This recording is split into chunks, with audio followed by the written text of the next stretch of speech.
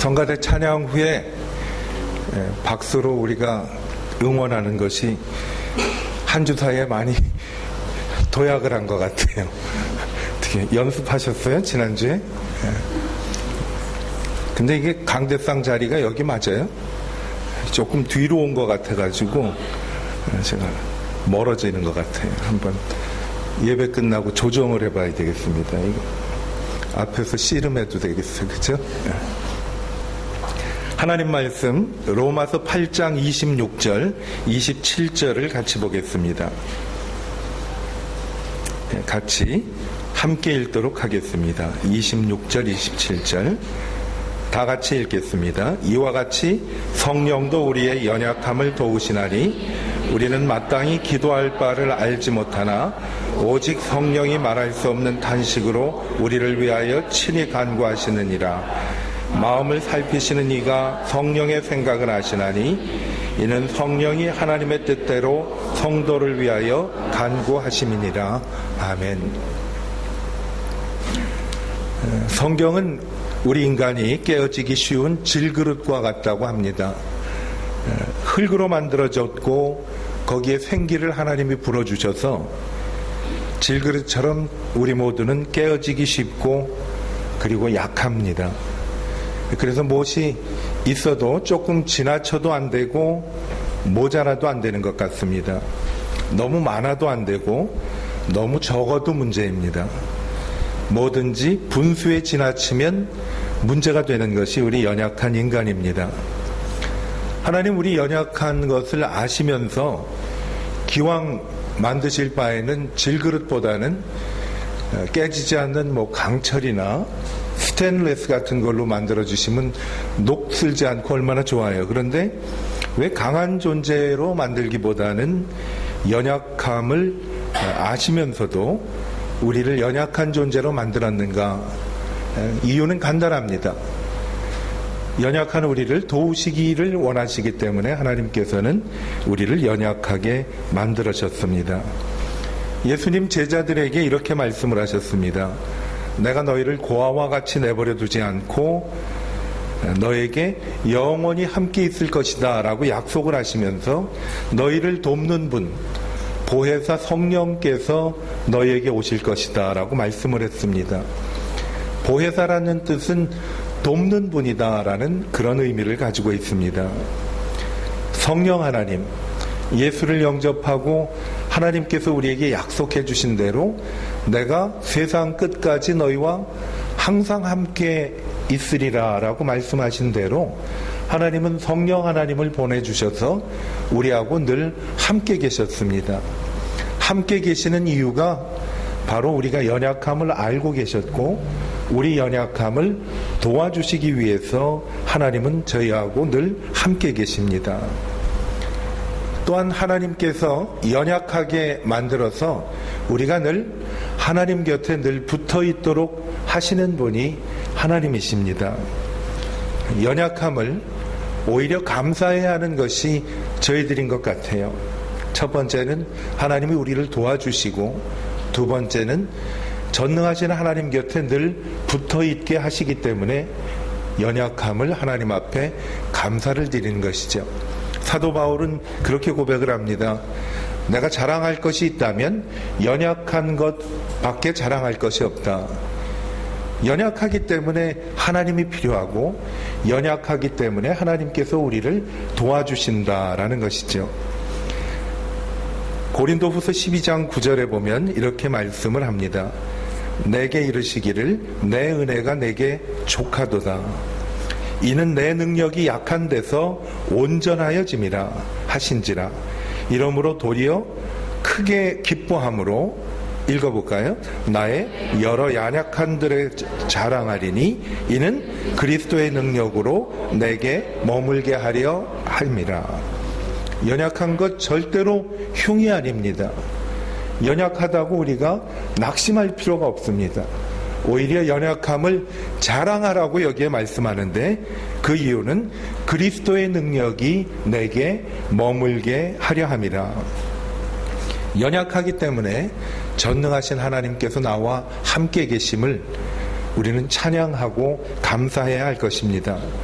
오늘 읽은 말씀을 다시 한번 보면요, 이와 같이 성령도 우리 연약함을 도우시나니, 우리를 도우신다고 말씀을 하지요.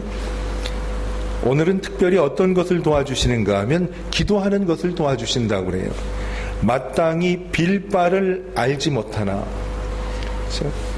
기도가 필요한 것은 아는데 이상하게 기도하려고 앉아있으면은 할 말이 없어요. 그렇죠? 그래서 하나님께 기도하러 나왔다가 주님 앞에 나오기 전에는 할 말이 많았는데 이만 줄입니다. 그리고 끝마칠 때가 얼마나 많아요.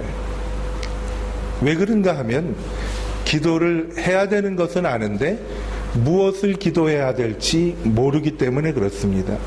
가끔 소그룹 모임을 할 때 기도 제목이 있으시면 나눠주십시오. 그렇게 말씀을 드리면 한국인은 은근과 끈기잖아요. 가만히 계시죠. 그래서 이건 내가 뭐가 잘못됐다. 그래서 그 다음 주에 만나서 기도 제목이 있으시면은 공개가 가능한 것만 기도 제목을 나눠주십시오. 그랬더니 또 가만히 있어요. 집에 돌아가서 생각을 했죠. 비밀스러운 일들이 많으신 분들이구나. 그래서 그 다음부터는 그냥 자유롭게 기도 제목을 나눠주십시오. 그러는데 뭐 딱히 별로 없어요. 그러시는 분들이 의외로 많더라고요. 정말 기도할 제목이 없어서 그럴까요? 평소에 내가 무엇을 어떻게 기도해야 하는지를 모르면서 그냥 살기 때문에 그런 것 같아요. 성령 하나님께서는 우리의 이런 점을 도와주신다라고 말씀을 합니다. 마땅히 빌 바를 알지 못하나, 뿐만 아니라 오직 성령이 뭐라고 그러죠? 말할 수 없는 탄식으로 우리를 위하여 친히 간구하시느니라. 내가 말은 못하지만 내 속에 맺힌 게 많다는 것을 하나님이 아시기 때문에 그렇습니다. 하나님이 어떻게 우리를 그렇게 잘 아실까요? 우리 속에 계시기 때문에 그렇죠. 예수 그리스도를 영접하는 바로 그 순간에 하나님께서는 우리 안에 들어와서 우리와 함께 계십니다. 우리의 속사정을 어떤 때는 나도 모르는데 내 속사정을 너무나 잘 알아요. 그래서 날 대신해서 울어도 주시는 분이 바로 성령 하나님이라는 거예요. 나를 위해서 울어주시는 하나님. 여러분, 속을 다 털어놓고 얘기하기가 얼마나 어렵습니까? 쉽지 않아요. 뭔가 말을 하려고 누군가를 만나자고 그랬다가 그냥 빙글빙글 주위만 돌다가 아무 얘기 못한 적이 얼마나 많아요. 그런데 내 안에 계신 하나님은 나에 대해서 너무나 잘 아시는 거예요. 날 위해서 대신 울어도 주시고 날 위해 기도도 대신 해주신다라고 말씀을 합니다. 어떻게 아시는가고요? 그 다음에 보세요. 마음을 감찰하는 이가 성령의 생각을 아시니 이는 성령이 하나님의 뜻대로 성도를 위하여 간구하심이라.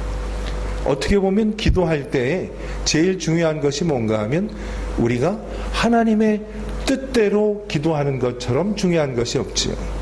자, 예를 들어서 축구 결승전이 벌어졌다고 생각을 해보십시다. A라는 팀을 위해서는 A가 출석하는 교회에서 열심히 우리 팀이 승리하도록 도와주십시오.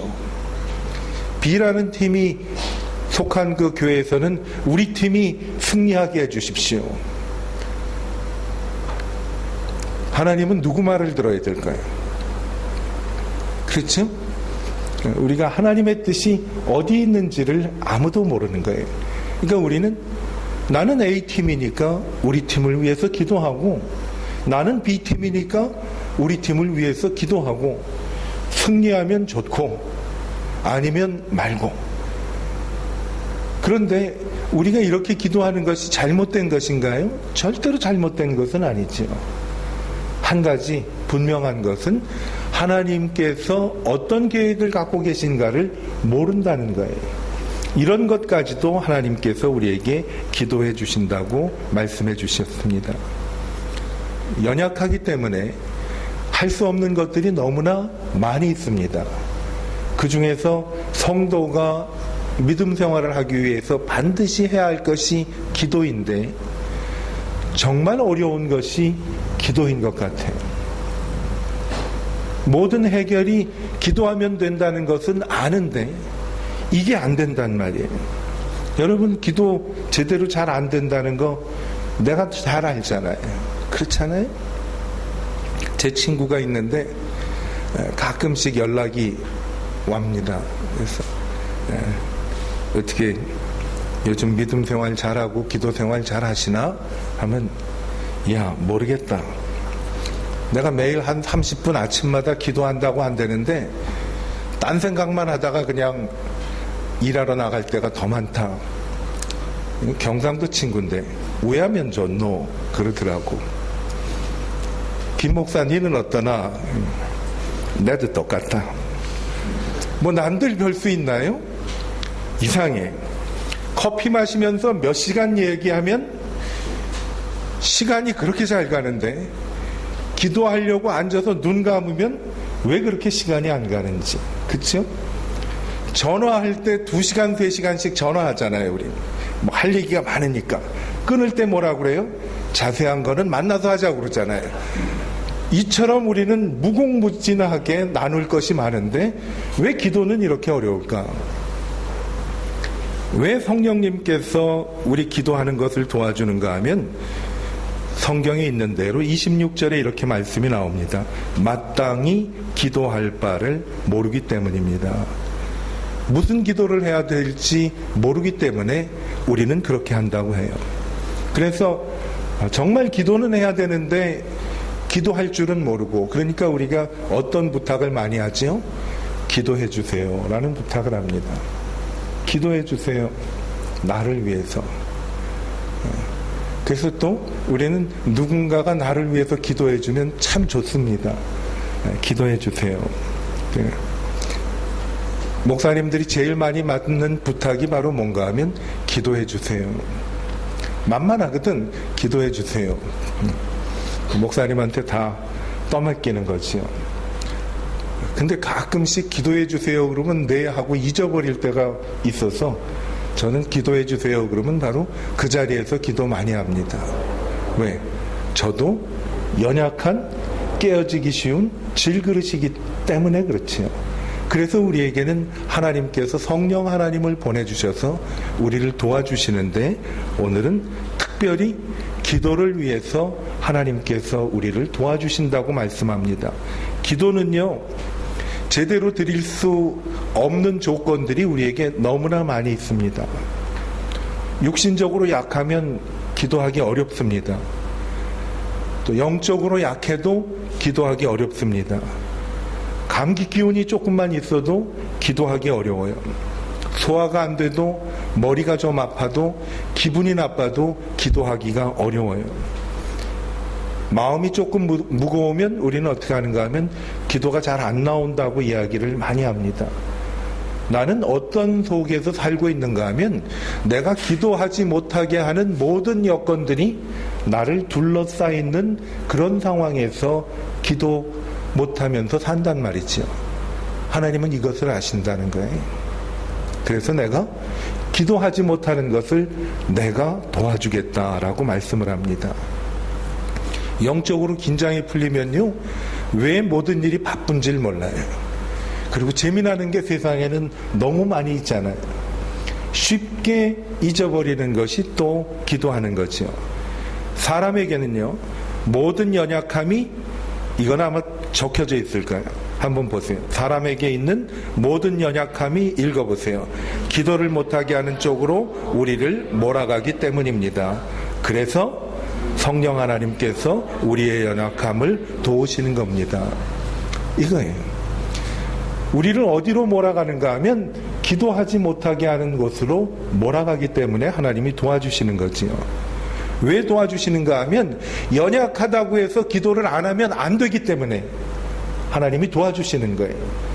이유가 많다고, 어려운 일이 많다고 해서 기도를 안 하면 안 되기 때문에 하나님이 우리를 도와주시는 겁니다. 감기가 만병의 근원이라고 그러죠. 기도 생활에 문제가 생기면 신앙에 병이 드는 것이 분명해요. 오늘 한번 점검을 해보죠. 나는 기도 감기로 시달리고 있지 않는가? 기도가 되지 않으면 모든 일이 되지를 않아요. 이러한 연약함을 하나님께서 아시기 때문에 성령 하나님, 우리 안에 계신 하나님께서 우리를 도와주신다라는 거예요. 도와주신다. 예수를 구주로 믿고 죄사함을 받은 하나님의 자녀가 되면 성령님이 우리 안에 계십니다. 그래서 여러분, 성령을 받으셨습니까? 하고 물어볼 때 내가 언제 받았지? 생각할 게 아니라 우리가 체크하는 방법이 하나가 있어요. 내가 예수 그리스도를 나의 구주로 마음에 모시고 나의 하나님으로 모시고 살았는가? 그게 확실하면 성령님은 그 순간부터 나와 함께 하십니다. 여러분, 성령을 받으셨습니까? 여기에 아멘 할 수 있어야 돼요. 여기서 아멘인가 아닌가는 문제가 어디에 있는가 하면 내가 예수 그리스도를 나의 구주로 모셨느냐에 달려있는 겁니다. 이 시간에 혹 이 자리에 계신 분들 가운데 예수님이 나를 위해서 내 죄를 씻어주기 위해서 십자가에서 피 흘려 죽으셨다는 사실과 그리고 나에게 영원한 생명을 주시기 위해 사흘 만에 부활하셨다는 사실을 이 시간에 믿은 하나님의 은혜가 임하게 되기를 바랍니다. 간단합니다. 우리의 복음은 정말 간단합니다. 예수님이 나 같은 죄인을 위해 십자가에 달려 죽으셨고 내 죄를 용서하여 주셨고 죽은 후에 나에게 영원한 생명을 주시기 위해 사흘 만에 부활하셨다는 사실을 내 마음에 믿고 입으로 시인하면 하나님의 자녀가 될 뿐만 아니라 시인하는 그 순간 내 마음속에는 성령 하나님이 이미 와 계시다라는 겁니다. 믿어지지 않거든 이렇게 기도하시면 좋아요. 하나님, 내가 이것을 믿을 수 있도록 나를 도와주십시오. 그렇게 기도하면 하나님이 분명히 도와주실 것입니다. 성령 하나님께서는 우리를 도우시는 하나님이세요.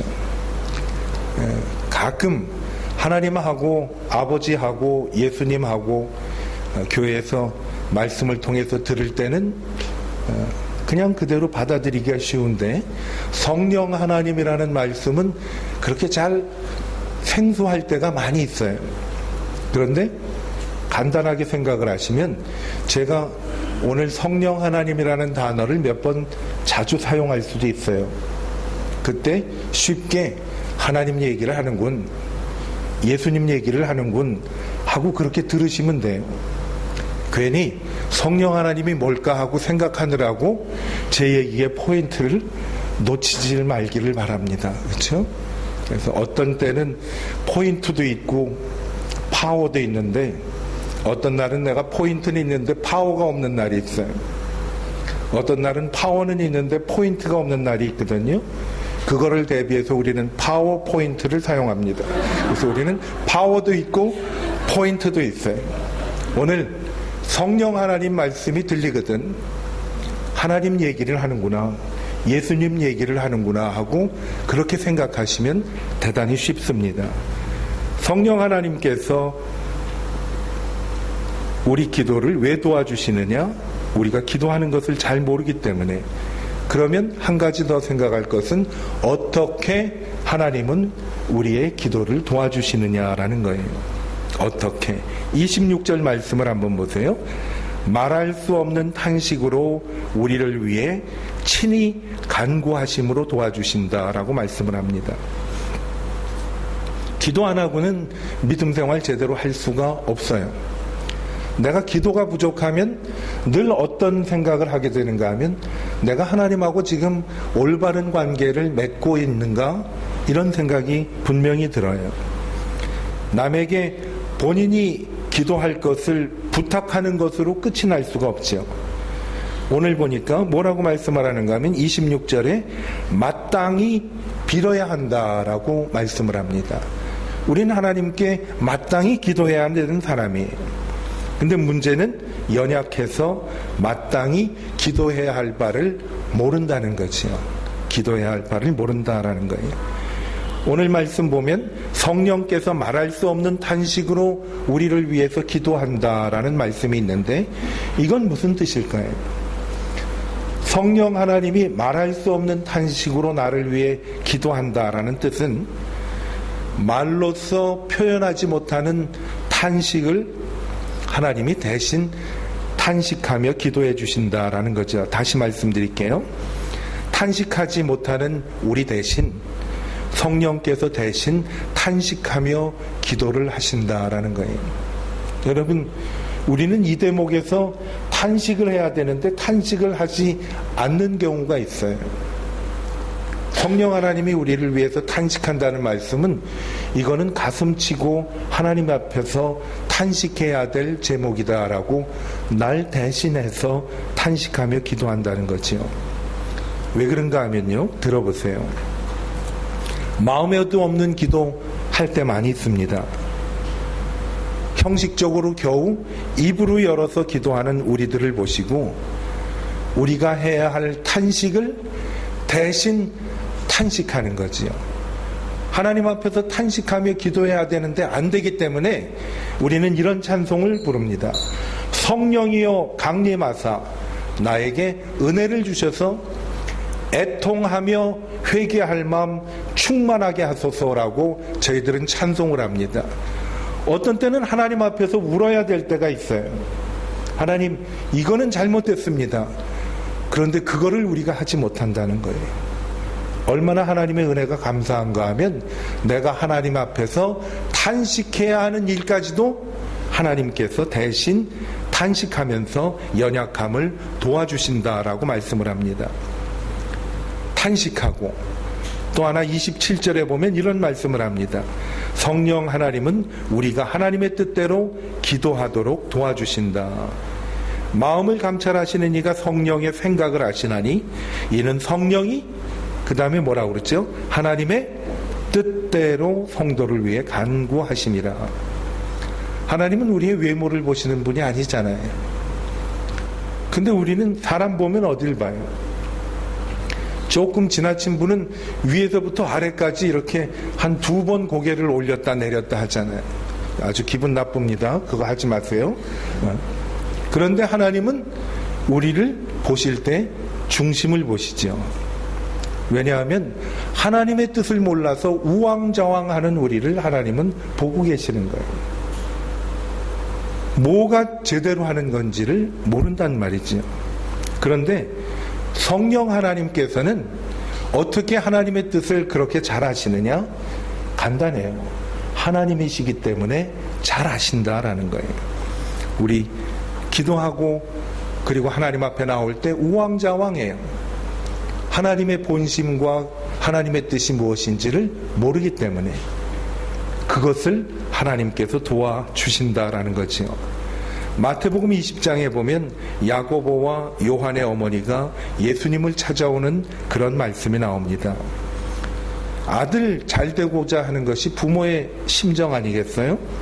예수님 만날 때 특별히 우리 아이를 좀 부탁해야 되겠다 하면서 예수님 하나님 나라에 가시면 우리 아들 중에 하나는 오른쪽에 하나는 왼쪽에 있게 해달라고 말씀을 드립니다. 그때 마태복음 20장 22절에 보면 어떤 말씀이 있는가 하면 너희 구하는 것을 너희가 알지 못한다라고 말씀을 합니다. 이 말씀은요, 하나님의 뜻을 모르고 사람들은 자기의 욕심대로 구할 때가 많이 있다고 말씀을 합니다. 예수님이 이런 말씀을 합니다.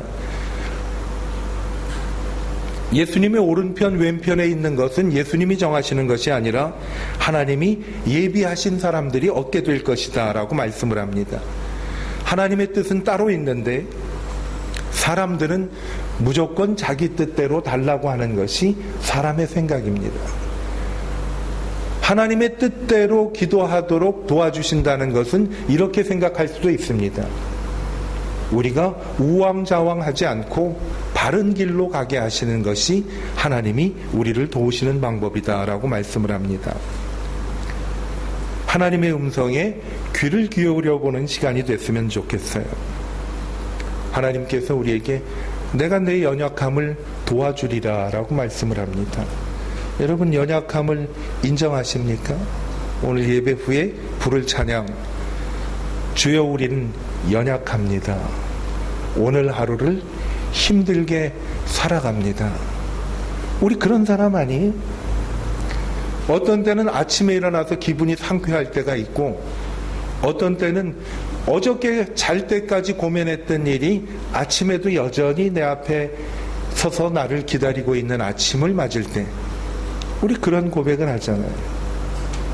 성령님이 우리를 도와주신다고 말씀했죠. 우리 그렇게 하나님께 구하면 돼요. 주님, 나는 연약합니다.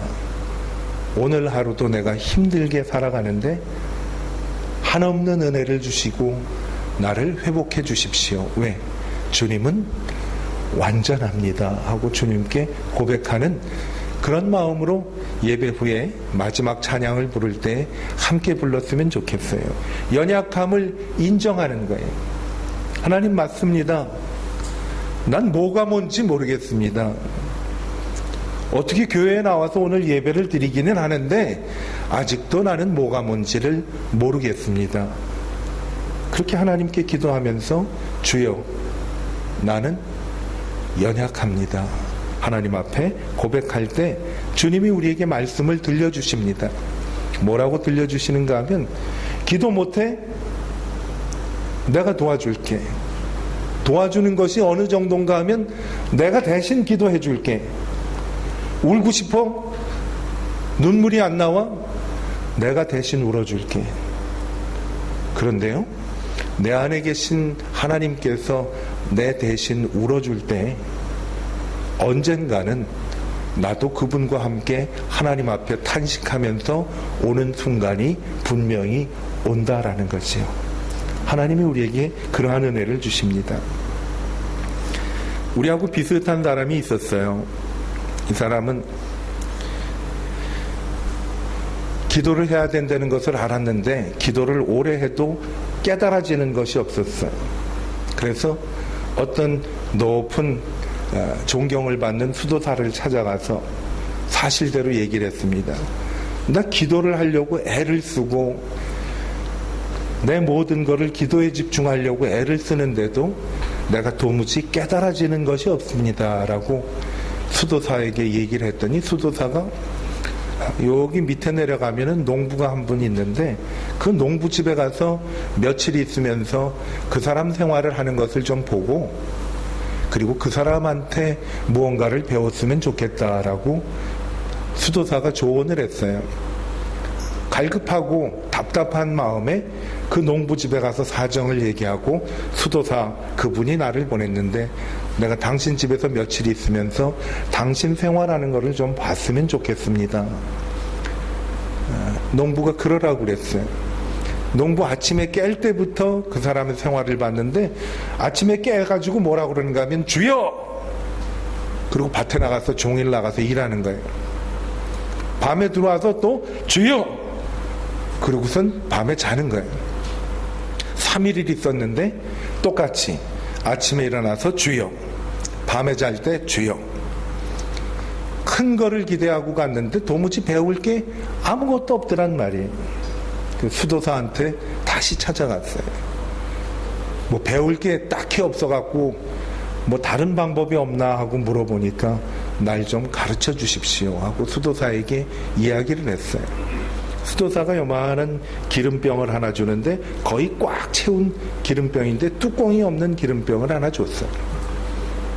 이 기름병을 가지고 그 농부집에 갔다가 기름병을 갖고 오는데 기름이 한 방울도 떨어지지 않도록 조심해서 다녀오면은 내가 무언가를 깨달을 거를 보여줄 수 있을 겁니다. 그래서 이 사람이 기름병 들고 한 방울도 떨어지면 안 되니까 조심스럽게 정말 아주 얌전한 사람이 걸어가듯이 갔다 왔어요. 수도사에게 갖다 줬어요. 수도사에게 기름 한 방울도 안 흘리고 갔다 왔습니다 했더니 수도사가 이런 얘기를 했어요. 당신 기름 들고 왔다 갔다 하는 사이에 주님을 몇 번이나 생각을 했느냐. 수도사를 찾아갔던 사람이 기름 흘러내리는 것만 생각하고 주님을 한 번도 생각하지 않았다는 거예요. 그러면서 수도사가 하는 이야기가 농부에게 왜 배우라고 하는가 하면 농부는 아침에 밭에 나가면 걱정거리가 산더미다라는 얘기예요. 씨를 뿌리고 싹이 났는데 비바람이 치지 않을까? 이것이 싹이 과연 날까? 아니면 새들이 와서 쪼아먹을까? 비바람이 쳐가지고 농사가 망쳐지지 않을까? 걱정이 산더미 같은데도 불구하고 아침에 일어나서 주여! 그러고 나가서 하루 종일 지낸 거예요. 밤에 들어와서 또 주여!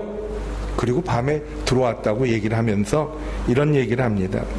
걱정할 일이 많아도 순간순간 주님을 생각하는 것이 바로 우리의 신앙이 성장하는 것이다 라고 말씀을 했다고 합니다. 깨닫고 내려가서 그 사람이 신앙이 어떻게 됐는지는 톨스토이한테 물어보세요. 이런 톨스토이가 만든 인생 독본이라는 책에서 나오는 이야기를 소개해 드렸어요.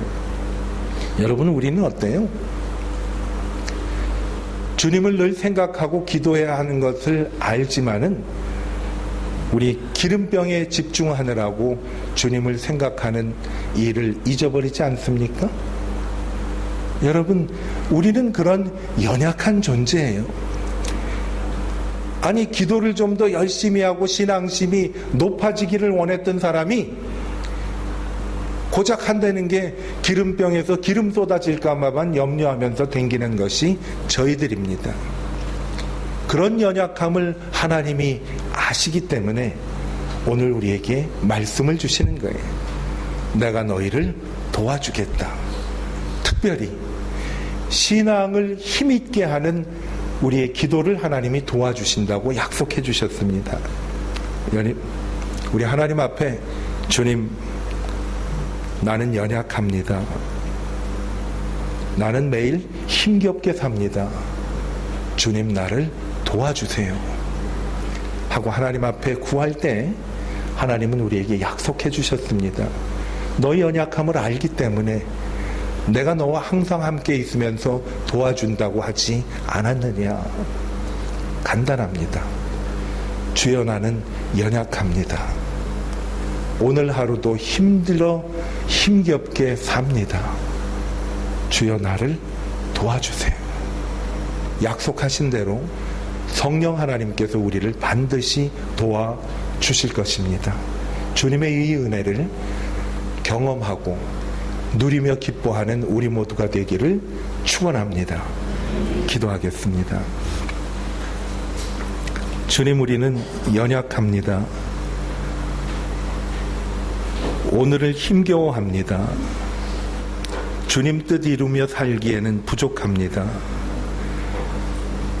주님의 공유를 구하는 죄인입니다. 우린 주만 바라봅니다. 한없는 주님의 은혜를 구하는, 주님 나는 연약합니다 라고 구하는 하나님의 자녀들에게 주님의 은혜를 충만하게 내려 주셔서 삶이 회복이 되고 하나님 관계가 회복이 되며 우리의 삶에 하나님의 능력이 넘쳐나는 은혜를 충만하게 내려주시기를 예수님의 이름으로 기도하였습니다. 아멘. 교회 소식